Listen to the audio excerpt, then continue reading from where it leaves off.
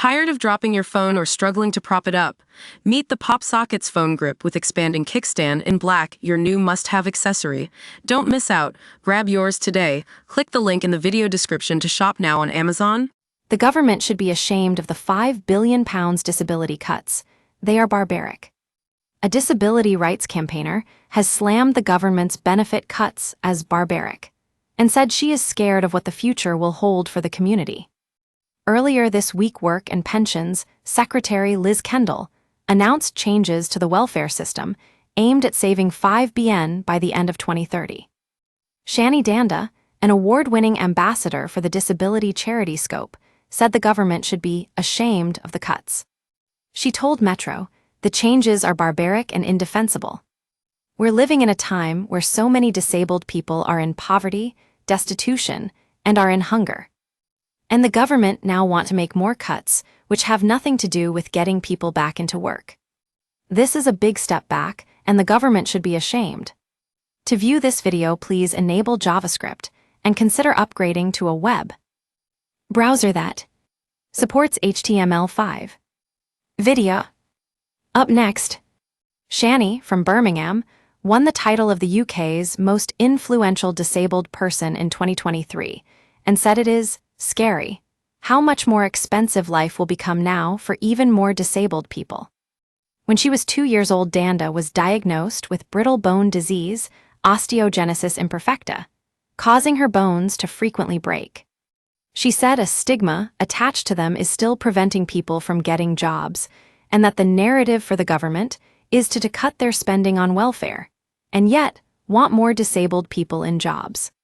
The government's reforms are the biggest welfare cut since 2015 and tilt the welfare system away from disabled people to the unemployed, the Institute for Fiscal Studies think tank said earlier this week. While Keir Starmer yesterday said the government shrug its shoulders and pretend the welfare system is progressive, he defended the cuts and said the rising cost is devastating for the public finances. Shani said nearly half of everyone in the UK who is in poverty is either a disabled person or they're a carer of a disabled person. Speaking about the financial impact the cuts are going to have on the disabled community, she said it isn't going to just magically end up in jobs. She said, "Let's not forget that PIP is not an unemployment benefit. PIP helps to offset the unavoidable extra costs that disabled people face. And, cutting people's support that they so desperately need is not going to mean that, they magically end up in jobs. We're living in a time where so many disabled people are in poverty, destitution, and are in hunger. And the government now want to make more cuts, which have nothing to do with getting people back into work." Data last year from charity Scope said on average, it costs an additional £1,010 a month to have the same standard of living as non-disabled households.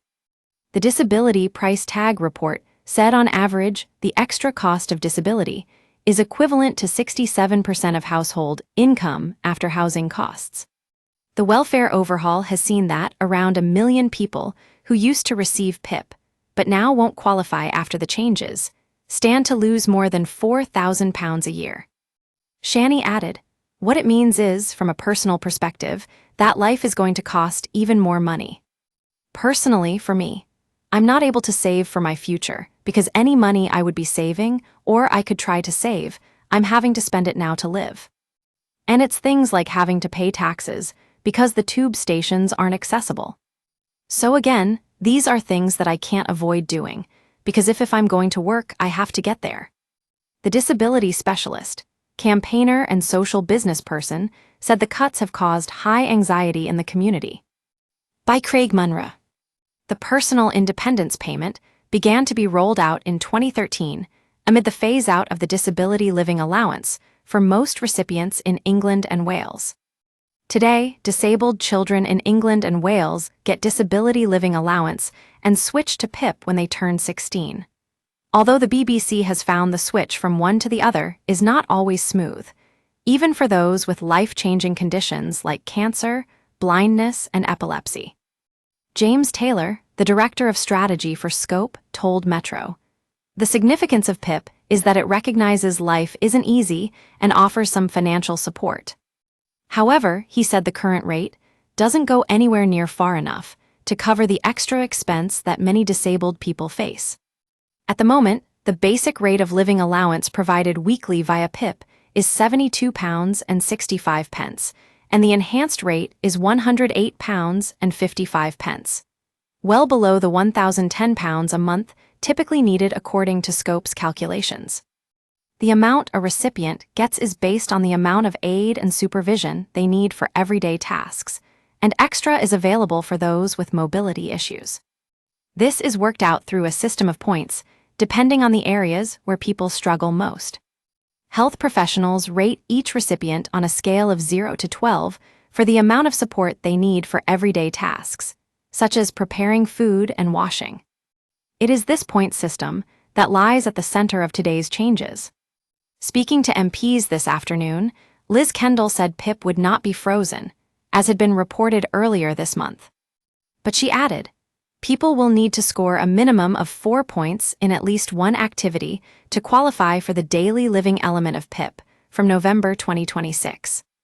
This does not affect the mobility component of PIP and only relates to the daily living element.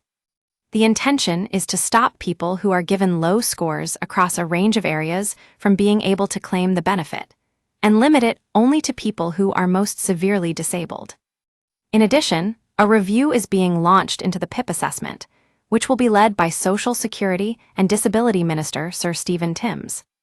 This would be run in close consultation with disabled people, the organizations that represent them, and other experts, Kendall said. The minimum age to claim the benefit will rise from 16 to 18. She added, I've been reading comments that people already want to take their own life because it's a vicious cycle. In a message to the community, she said, nothing's happening straight away.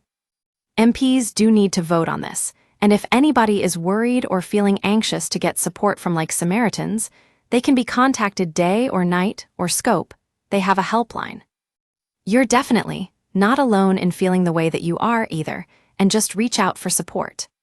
She told Metro, if you are a disabled person and you genuinely cannot work, that doesn't mean that you shouldn't have access to a dignified life with access to adequate care and resources that you deserve and need.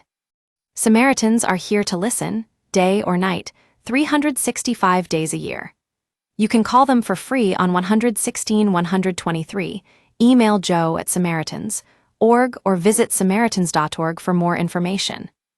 Get in touch with our news team by emailing us at webnews@metro.co.uk. For more stories like this, check our news page. Era. More disabled man's life, ripped apart after being evicted from care home of 10 years. Era. More, cutting my disability benefits won't magically make me able to work full-time. Era. More, outrageous things that have been bought on civil service credit cards. Stay on top of the headlines with daily email updates. This site is protected by CAPTCHA, and the Google privacy policy and terms of service apply. Your information will be used in line with our privacy policy.